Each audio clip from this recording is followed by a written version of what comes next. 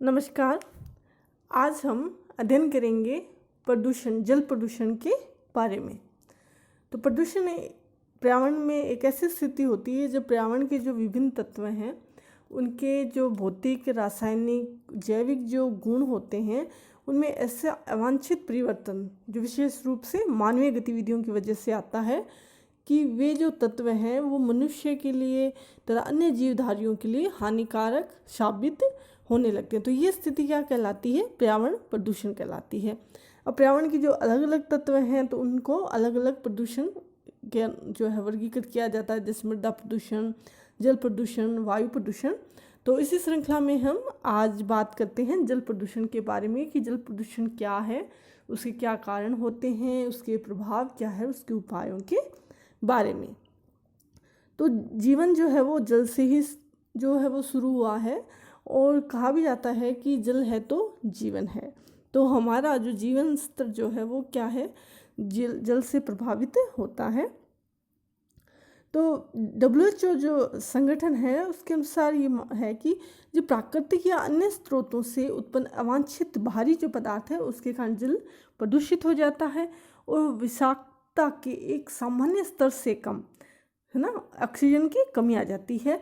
उसकी वजह से वो जीवों के लिए हानिकारक हो जाता है और संक्रामक रोग फैलने लगते हैं। तो ये है जल प्रदूषण की परिभाषा कि जब जल की एक ऐसी स्थिति आ जाए कि वो जीवधारियों के लिए क्या होगा, नुकसानदेह होने लग जाता है और कई रोगों का जो है वो कारण बन जाता है, वो स्थिति होती है जल प्रदूषण।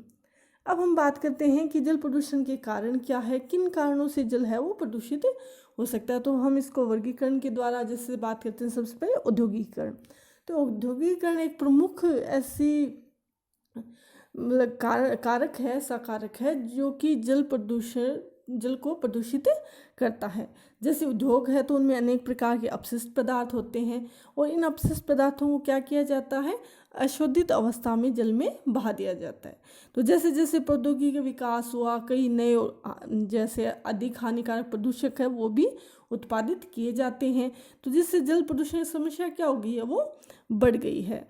और में यदि हम मुख्य प्रदूषकों की बात करें जैसे chlorine, sulphate, bicarbonate, nitrate, sodium, तो ये ऐसे प्रमुख प्रदूषक हैं जो कि जल को प्रदूषित करते हैं। जैसे भारत की यदि हम बात करें तो भारत का लगभग 70% नदी जो है वो जल प्रदूषित हो चुकी है।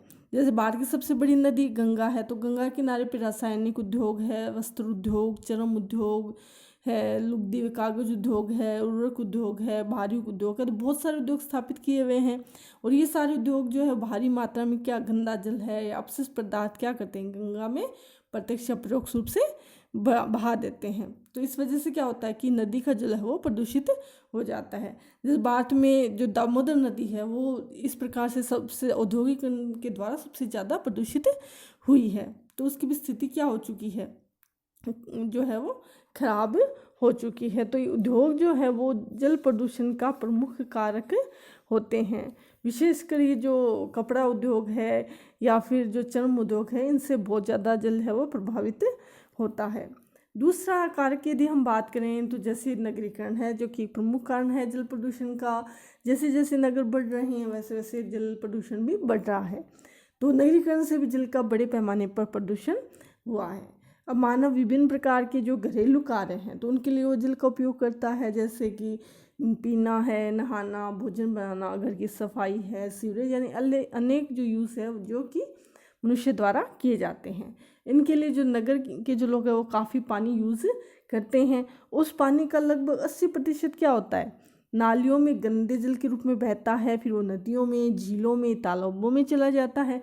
और ये जो जल है वो वेस्ट वाटर होता है, तो ये नदियों झीलों को भी क्या करता है, खराब करता है, क्योंकि इस जल में कागज़, प्लास्टिक, डिटर्जेंट या अन्य प्रदूषक पदार्थ है वो मिले हुए होते हैं, या जो सीवरेज है वो होता है। तो जो घरेलू कूड़ा करकट है, मल जल या जल प्रदूषण के प्रमुख कारण बन जाते हैं। तो भारत की अधिकांश नदियों का जो जल है वो नगरों के मल जल द्वारा प्रदूषित हो गया, यानी कि जो बड़ी बड़ी नदियां हैं जिनके किनारे बड़े शहर बसे हुए हैं तो उनकी हालत काफ़ी ख़राब हो चुकी है, क्योंकि अधिकतर जो नगरीय अपशिष्ट पदार्थ है वो कहाँ पे डंप कर दिया जाता है, इन्हीं नदियों में डंप कर दिया जाता है। इसी प्रकार जैसे गंगा की भांति यमुना है, तो यमुना के जल को दिल्ली है, हरियाणा, यूपी कई नगर है वो प्रदूषित करते हैं, क्योंकि यूपी के, हरियाणा के और दिल्ली जो है वो कहाँ पे है, यमुना नदी के किनारे। तो नगरीय क्षेत्रों का जितना भी अपशिष्ट जो होता है वो कहाँ पे डंप किया जाता है, यमुना नदी में किया जाता है। इसी प्रकार हम बात करते हैं जल प्रदूषण के अन्य कारक की, जैसे कि कृषि का कार्य। भारत कृषि प्रधान देश है, तो काफ़ी कृषि कार्य किया जाता है और कृषि में जल का काफ़ी यूज भी किया जाता है, चाहे वो सतही जल स्रोतों से किया जाए, चाहे वो भूमिगत जल स्रोतों से किया जाए। तो भारत में यदि हम बात करें तो कृषि प्रणाली में परिवर्तन हुआ। कृषि क्षेत्र में बड़े बड़े जो रासायनिक उर्वरक हैं, कीटनाशक दवाइयाँ हैं, उनका यूज़ किया जा रहा है। तो ये जो कीटनाशक जो तत्व होते हैं, दवाइयाँ होती हैं, तो ये तत्व जल में घुलकर उसको प्रदूषित कर देते हैं। WHO जो संगठन है, वर्ल्ड हेल्थ ऑर्गेनाइजेशन, तो उसके अनुसार कृषि में रासायनिक तत्वों के प्रयोग में वृद्धि होने से विश्व भर में लगभग 20 लाख लोगों की मृत्यु होती है, जिसमें 22,000 लोगों की मृत्यु मात्र भारत में होती है। यानी काफ़ी खराब जो स्थिति है। मनुष्य की जो विभिन्न क्रियाएं हैं, नदियों के परिणाम से नदियों की तरह विभिन्न झीलों, तालाबों, जोहड़ों आदि का जल भी प्रदूषित हो गया है। तो कृषि कार्य जो है वो भी क्या करता है, जल को प्रदूषित कर रहा है। जो कीटनाशक जैवनाशी यूज़ किए जा रहे हैं वो सतही जल स्रोतों को तो नष्ट कर ही रहे हैं, प्लस भूमिगत जल को भी वो नष्ट करते होते हैं। इसी प्रकार हम बात करें अगला, जिस संदर्भ में अभी जो हम बात कर रहे थे वो क्या थे, सतही जल स्रोतों के प्रदूषण के कारण। अब हम बात करते हैं भूमिगत जल प्रदूषण के बारे में। तो भूमिगत जल का अधिकांश प्रदूषण जो है वो कृषि क्रियाओं के द्वारा होता है। कृषि की उपज को बढ़ाने के लिए उर्वरकों, कीटनाशी, शाकनाशी रसायनों का यूज़ करते हैं और हरित क्रांति के बाद में इसका और भी ज़्यादा यूज़ किया जा रहा है।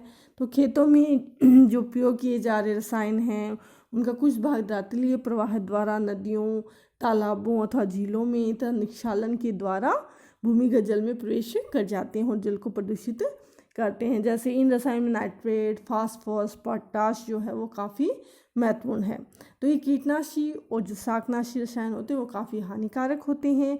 इनसे मानव और पशु भी प्रभावित होते हैं। तो इस वजह से क्या होता है कि जो भूमिगत जल है, सतही जल तो दूषित हो ही रहे हैं, भूमिगत जल भी दूषित हो रहा है।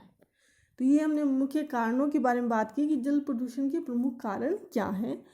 तो अब हम बात करते हैं इनके प्रभाव के बारे में कि जल है वो ऐसी स्थिति में पहुंच गया है जहाँ कि उसके जो रासायनिक या जो भौतिक जो गुण हैं वो जो हानिकारक दृष्टि से परिवर्तित हो गए हैं। तो इससे मनुष्य पर या जीव जंतुओं पर क्या प्रभाव पड़ता है। तो प्रभाव के बारे में हम बात करते हैं। सबसे पहले बात करते हैं मानव पर। मानव पर जल प्रदूषण का जो प्रभाव है वो सभी प्रकार के प्रदूषणों से अधिक होता है।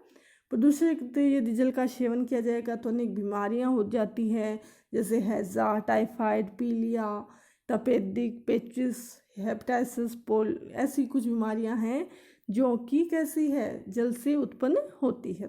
तो मनुष्य जो है वो दूषित जल का यदि प्रयोग करता है तो वो बीमार हो जाता है। इसी प्रकार जो पशु हैं तो वो भी उससे काफ़ी प्रभावित होते हैं। जलीय जीवन है, वहाँ के जीव हैं, वनस्पति हैं, उन पे जल प्रदूषण का काफ़ी प्रभाव पड़ता है क्योंकि वो जल में ही रहते हैं। तो जल में विषाक्त रसायन यदि अधिक होंगे तो जलीय जीव है या पौधों की मृत्यु भी हो जाती है। या जल में शैवाल की अधिकता हो जाएगी तो ऑक्सीजन की कमी हो जाएगी, तो जिससे कई जैसे मछलियाँ हैं यानी जीव जो है वो क्या हो जाते हैं, वो मर जाते हैं। इस पर अत्यधिक प्रदूषित जल का प्रयोग करने से मृदा पर भी प्रतिकूल प्रभाव पड़ेगा और मृदा क्या हो जाएगी, उसकी उर्वरता कम हो जाएगी। यदि अधिक लवणता वाले जल से सिंचाई करते हैं तो मिट्टी में क्षारीयता बढ़ जाएगी और मिट्टी जो कृषि का जो उत्पादन है वो काफ़ी कम हो जाता है।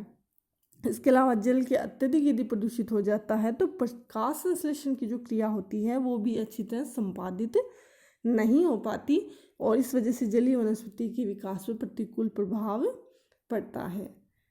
अब हम बात करते हैं जल प्रदूषण को नियंत्रित करने के उपाय कि किस प्रकार हम जल प्रदूषण को नियंत्रित कर सकते हैं या उसके लिए उपाय कर सकते हैं। तो सबसे पहले इसमें है जैसे नगरीय जल का शोधन एवं उपयुक्त प्रयोग। कि अधिकांश नगरों का मल जल शोधित किए बिना ही नदियों झीलों में डाल दिया जाता है, तो जिसकी वजह से इन जलाशयों का जल प्रदूषित हो जाता है। तो इसके लिए क्या किया जाना चाहिए कि नगर पालिका ये जल शोधित करे और फिर जलाशयों में इसको डंप करें। तो प्रत्येक नगर में जल शोधन संयंत्र की व्यवस्था की जा सकती है। इसके अलावा यदि घरेलू अपशिष्ट जल उद्यान कृषि के लिए उपयोग किया जाए तो जल प्रदूषण की समस्या से भी निपटा जा सकेगा और प्लस जल का भी सदुपयोग किया जा सकता है।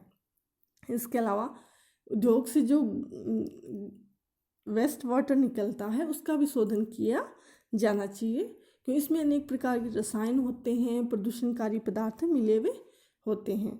तो ये विषाक्त रसायन अपशिष्ट पदार्थ जल के साथ बह जाते हैं और जलाशयों में मिलकर उनके जल को प्रदूषित करते हैं। तो इसके लिए उद्योगों से जो प्रदूषित जल निकलता है उसका भी साफ होना आवश्यक है। इसके अलावा पेयजल की जो उचित गुणवत्ता के लिए पेयजल की जो स्रोत हैं उनके निकटवर्ती इलाकों को साफ रखना चाहिए ताकि पेयजल दूषित नहीं हो, क्योंकि यदि पेयजल दूषित होगा तो निश्चित रूप से बीमारियां फैलेगी और मानव के स्वास्थ्य पे बुरा प्रभाव रहेगा। इसके अलावा यदि हम इसके उपाय में देखें तो हमारी जो कृषि व्यवस्था है उसमें भी कुछ परिवर्तन लाए जा सकते हैं, क्योंकि जो जल है उसके प्रदूषण का एक प्रमुख कारण कृषि की क्रियाएं भी हैं। तो जैसे कृषि की उपज बढ़ाने के लिए उर्वरकों का, रासायनिक पदार्थों का बहुत ज़्यादा यूज़ किया जा रहा है, तो इससे जल प्रदूषित हो रहा है। तो इन पे अंकुश लगाना चाहिए तथा जैव उर्वरक है जैसे गोबर आदि है तो इनके प्रयोग किया जाना चाहिए। इसके अलावा भारत में यदि हम बात करें तो भारत में धार्मिक जो प्रवृत्तियां हैं वो जल प्रदूषण को प्रोत्साहित करती है। तो जैसे भारत जैसे धर्म प्रधान जो देश है वहाँ पे धार्मिक प्रवृत्तियों से काफ़ी जल प्रदूषित होता है। गंगा तथा अन्य नदियों में मानव शव, जानवरों की मृत शरीर जब बहा दिए जाते हैं, नदियों किनारे पे मेले लगते हैं, सामूहिक स्नान किया जाता है, तो इन सब क्रियाओं से क्या होता है, जल प्रदूषित होता है। तो इसके लिए हमें अपनी जो सोच में परिवर्तन ला सकते हैं। इसके अलावा जल की सफाई, जल में जब शैवाल है या अन्य जलीय वनस्पति पैदा होती है तो उसको क्या, इस खरपतवार को क्या करना चाहिए, नियमित रूप से साफ करते रहना चाहिए। इसके अलावा वर्तमान व्यवस्था में हम देखें नगरों में, घरों में पीने के लिए फ्लश, पौधों सींचने के लिए एक ही प्रकार का शुद्ध पेयजल यूज़ किया जाता है, जिसकी वजह से क्या होता है, पेयजल बर्बाद हो जाता है। इसके लिए हमें जो है वो जल का जो प्रयोग है वो वैकल्पिक किया जाना चाहिए। इसके अलावा जागरूकता एक सबसे बड़ा उपाय है कि लोगों को जल प्रदूषण के बारे में बताया जाए, जल के महत्व के बारे में बताया जाए, उनको शिक्षित किया जाए। क्योंकि यदि उनमें जागरूकता लाई जाएगी तो निश्चित रूप से वो क्या करेंगे, जल को प्रदूषित होने से और जल को वेस्ट होने से बचाएंगे। इसके अलावा जो यदि कानूनी बात करें तो जल प्रदूषण संबंधी कानून बनाए जा सकते हैं। उन कानूनों को कड़ाई से लागू किया जाना चाहिए, क्योंकि केवल कानून बनाने से कुछ नहीं, उनको कड़ाई से लागू करना भी जरूरी होता है। जैसे भारत में इस प्रकार के काफ़ी कानून बनाए भी गए हैं जिनके द्वारा जो जल प्रदूषण पे रोक लगाई जा सके। तो ये कुछ उपाय हैं जिनमें से कुछ उपाय जो है वो लोकल लेवल यानी स्थानीय स्तर पे हमारे द्वारा किए जाने चाहिए, कुछ ऐसे हैं जो कि सरकारों के द्वारा किए जाते हैं। तो जल है तो कल है, यानी यदि हमने जल को नहीं बचाया, जल को वेस्ट होने से नहीं बचाया तो क्या होगा, वो अंत उसका जो गलत इफेक्ट है, गलत प्रभाव है वो मनुष्य पे ही पड़ता है। क्योंकि ऑक्सीजन जो कि प्राणवायु, उसके बाद में दूसरी जो मस्ट चीज़ है हमारी लाइफ के लिए वो क्या है, जल है। तो जल को प्रदूषित होने से बचाना क्या है, आवश्यक है, क्योंकि जल है उसकी मात्रा को बढ़ाया नहीं जा सकता। क्योंकि जल क्या है, अधिकांश जल है वो खारा है, जो सागरीय जल है वो खारा है। तो इसके लिए ये आवश्यक है कि जो जल हमें उपलब्ध है उसको प्रदूषित होने से बचाया जाए। आज के लिए इतना ही, धन्यवाद।